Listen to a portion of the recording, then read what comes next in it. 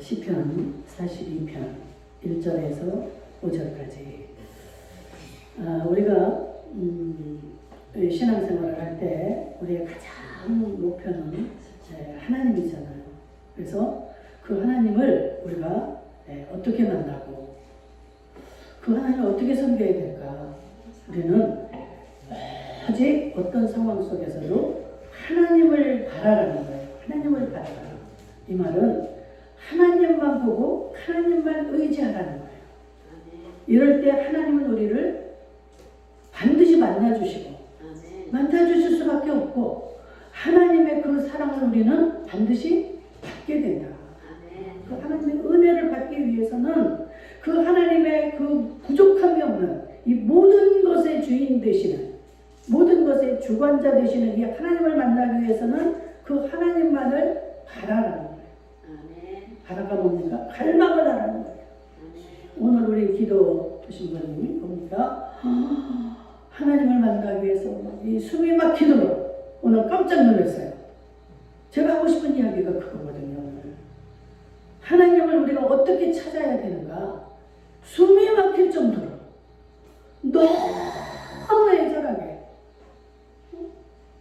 이 하나님이 아니면 아무도 나는 못한다. 이 하나님을 만나야 나는 산다. 이렇게 갈급한 마음으로 우리가 하나님을 구하고 우리의 모든 것을 맡길 때 하나님은 뭐예요? 모든 것에 통달하신 분이기 때문에 우리의 마음과 생각을 다 알고 계신 분이에요. 내가 무엇이 필요한 건지 무엇이 나를 힘들게 하는지 내가 뭘 끊어내야 되고 무엇이 필요해서 무엇을 채워야 되는지 하나님은 다 알고 계세요. 근데 이 하나님을 내가 붙잡고 하나님을 바라만 보고 그 하나님을 내가 모시고 살 때 그 하나님이 나를 주관하고 계시는 거예요. 생각을 야 오늘은 교회 가야지. 저 눈에 저거 좀 봐봐. 저거 그런데 사람들이 저걸 못 보네. 너 빨리 저거 치워. 이 모든 거 한 걸음 한 걸음을 주님이 보게 하시고 알게 하시고 하나님이 인도하십니다. 내가 보여주고 내가 느껴져서 하는 거 아니에요. 그러니까 우리는 어떤 것도 내가 있다고 해서 자랑할 것이 없는 거예요. 이 성령님이 하신 거니까. 근데 나는 막 뭐 하나 해서 막 목사님 기뻐하고 막 자랑하고 싶었어. 평신 같아. 목사님 그거 제가 한 거예요. 속으로 막. 목사님이 좀 알아줬으면 좋겠는데 우리 목사님 알지도 못해. 진짜 우리 하나님은 모르는 게 없는 분이에요. 모든 걸 알고 계신 분이에요. 네가 아무리 아무도 모르겠지만 네가 나한테 말도 안 하고 하지만 다른 사람들이 아무도 너를 알아주지 않지만 나는 알고 있다. 다 보고 있다. 이것을 깨닫는 순간에 절대로 누구한테 자랑하고 싶은 마음도 없어지고 막 주님과 나만 이게 막 이 하늘나라에 이게 비밀이라고 해요. 주님과 나만 아는 비밀이 많아지면 많아질수록 내가 풍성해집니다. 기분이 좋아지고 막 기뻐지고 하나님 나 교회 왔잖아요. 지금 우리 금자님 막 속으로 막 그렇게 기도해. 하나님 나 지금 왔잖아요. 기뻐서 그거를 누가 알겠어. 내 기분을 내 생각을 누가 알겠냐. 그러나 하나님은 다 알고 계신다 이 말이에요. 나를 낳아주신 엄마도 내 머리털이 몇 개인지를 몰라. 그렇잖아요. 우리 엄마가 아무리 나를 사랑해도 자기 입에 있는 걸 다 주고 싶고 나 대신 죽어주고 싶은 엄마였지만 나를 어떻게 하나도 할 수가 없어. 이 머리털이 몇 개인지도 몰라. 근데 우리 하나님은 다 알고 계신다. 하나님은 거짓말 하시는 분입니까? 하나님은 절대로 1.1핵도 거짓이 없는 분이에요. 근데 그분이 말씀하시기를 나는 너의 모든 것 일거수일투족을 내가 다 알고 있다. 근데 여러분들이 좀 마음이 막 힘들어지고 그럴 때 억울하고 그럴 때 그 하나님을 바라보세요. 근데 그 하나님은 나의 모든 걸 알고 계셔. 그러면은 누군가 내 마음을 알고 내 사정을 다 안다 생각하면 여러분들 어떻습니까? 마음이 편안해지죠. 이거예요. 바로. 하나님 믿어서 좋은 게 이겁니다. 아무도 몰라줘도 그 하나님은 아신다. 우리는 진짜 이 보배를 발견했고 이 보배를 가진 자들입니다. 그래서 세상의 어떤 것에 이제 연연하지 않을 수 있고 우리의 삶을 정말 아름답고 행복하게 살아갈 수 있는 여러분들이 되었습니다. 어느 날 이 종교개혁자인 마르틴 루터가 자기의 그 사랑하는 그 애완견이 있었습니다. 애완견이 있는데 이제 루터가 이제 맛있는 빵과 음료를 이제 먹고 있었어요. 그런데 이 강아지가 이 루터가 먹고 있는 빵을 향해서 눈망울이 너무너무 애절하게 그 빵만 쳐다보는 거예요. 다 먹을 때까지. 그 모습을 보고 이 루터가 자기 자신을 본 거예요. 내가 하나님 앞에 정말 저 강아지와 같은 심정으로 하나님을 바라본다면 하나님의 마음이 어떨까? 다 못 먹어요. 그 강아지 안 주고 못 먹입니다. 우리 강아지도요. 제가 뭘 하나 먹으면 정신이 없어요. 그것만 쳐다보고 내 옆에 쫓아와가지고 오직 그것만. 안 줄 수가 없어. 우리 뭐 딸이고 누구고 뭐 엄마 그런 걸 주면 안 되고 해도 안 줄 수가 없어. 내 먹는 거 걔는 다 같이 먹고 살아.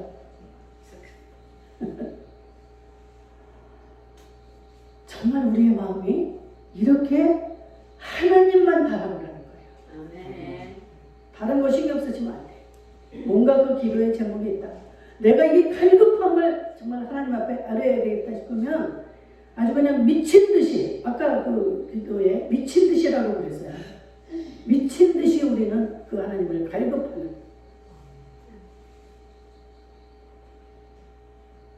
숨이 막힐 정도로. 어느 수도원에 제자와 스승이 있었는데 그 제자가 너무 이 하나님을 찾고 싶고 만나고 싶은 거예요.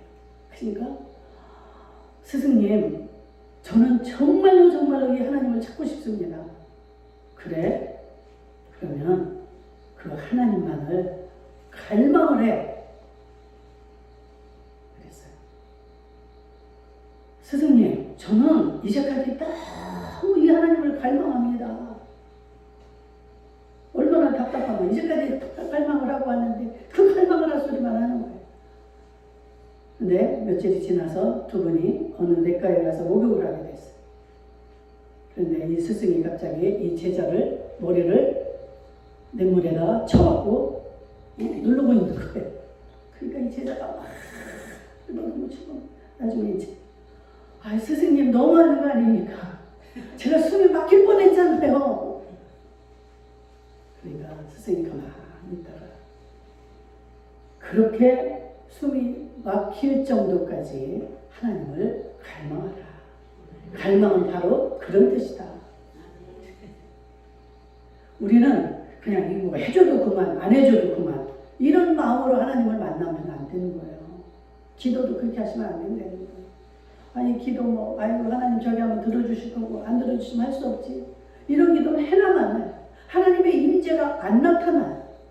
간절함도 없는데 그거 해줘봤자 좋은 소리도 못 듣고 해줄 필요가 없는 거예요. 여러분들이 저와 이 관계에서도 정말로 여러분들이요. 그냥 여러분들 저는 눈빛만 봐도 알고 이 말만 들어도 알고 예를 들어서 이 카톡에 제가 아침 편지 보내는데 아멘 하는 것만 봐도 저는 여러분의 상태를 어느 정도 압니다. 다 느낌이 와요. 정말 그런 마음으로 저한테 기도받기를 원하는 자들이 있어야 제가 기도도 간절히 그렇게 나가고 받는 자도 그 기도의 효과를 보는 거예요. 그냥 목사님 기도해주면 좋고 안 해주면 말고 그냥 오늘도 뭐 기도해주기로 했으니까 기도해주는 거지 이런 식으로 하면 기도하는 사람도 그 애절하게 내 이 모든 게 나가지 않아요. 그리고 그 효과도 없습니다. 그래서 여러분들이 그런 마음이 없을 때 제가 기도를 안 해드려요. 워낙에 내가 또 막 강하게 올 때는 그러든지 말든지 이제 해줄 때도 있지만 이게 그렇게 갈망을 할 때 하나님은 임하시고 우리에게 그 결과를 주신다는 거예요. 아멘. 제가 예화를 들어서 얘기를 했지만 이 오늘 본문을 쓴 이 고라 자손이 어떤 자들이냐면 이 모세가 이제 지금 말하면 이제 목회자죠. 모세가 이제 이스라엘 백성들을 이끌고 나갈 때 반역을 했던 자손입니다. 이 고라 자손이. 다른 자손들과 이렇게 세 자손 족속들이 힘을 모아가지고 이 모세를 반역을 한 거예요. 왜 너만 이렇게 하냐? 나도 이렇게 할 수 있다. 이런 식으로 반역을 한 거예요. 그랬을 때 하나님이 어떻게 합니까? 땅을 갈라지게 해서 그들을 몽땅 다 땅이 삼켜버리게 했어요. 지금으로 말하면 무슨 지진이 일어나듯이 땅이 갈라져서 그들을 모으게 합니다. 거기에 그들은 다 거기로 모여라 해가지고 모이게 해놓고 하나님이 그렇게 해서 그들을 땅이 삼켜버려요. 그들 중에 자손입니다. 이게 다 죽은 건 아니고 이렇게 남은 자손이 있었던 거예요. 그래가지고 그들이 이제 성가대로 이런 것도 하기도 하고 이렇게 이런 허들에 치우는 문지기 같은 것도 하고 이렇게 좀 남아 있었습니다. 그들 중에 이제 남은 자손이 이 시편을 지금 42편 쓴 건데 이 저자가 지금 이 글을 쓸 때 상황은 지금 여기에 나와 있지는 않지만 너무 곤고한 상태예요. 아마 포로로 잡혀갔다든가 어디 종살이를 하고 있다든가 어떤 막 고난을 당해서 묵짝달싹을 숨을 못 쉬는 정도에 돼 있다든가 뭔가 이런 어려운 상황에 지금 이 글을 쓰게 된 겁니다. 그때 정말 나는 지금 이렇게 어렵지만 나는 그래도 이 하나님만 바라본다.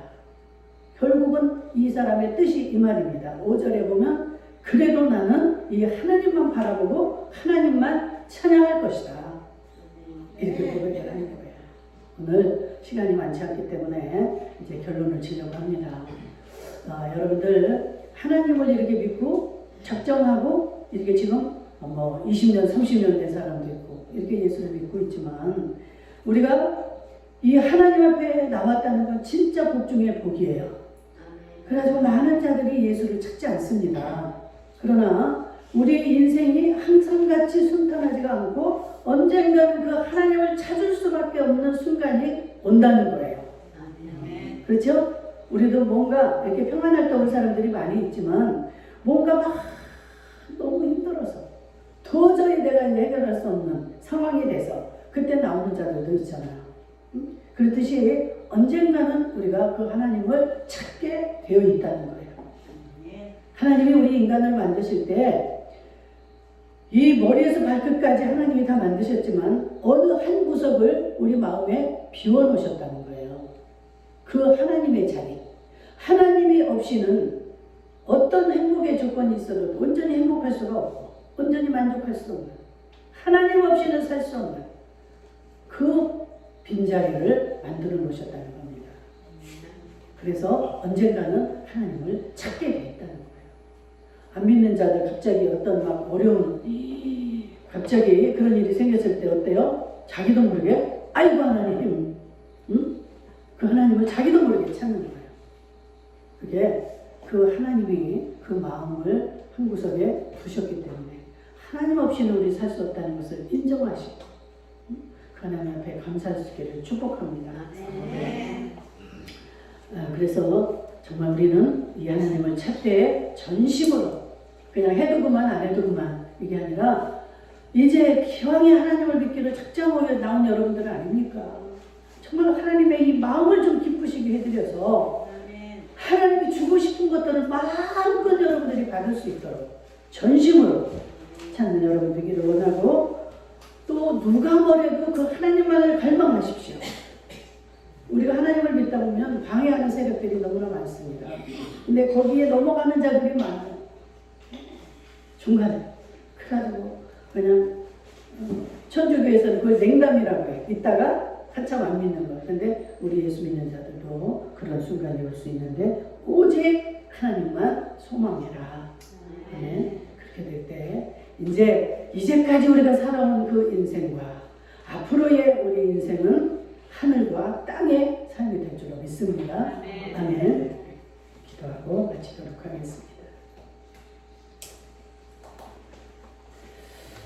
자비로우신 아버지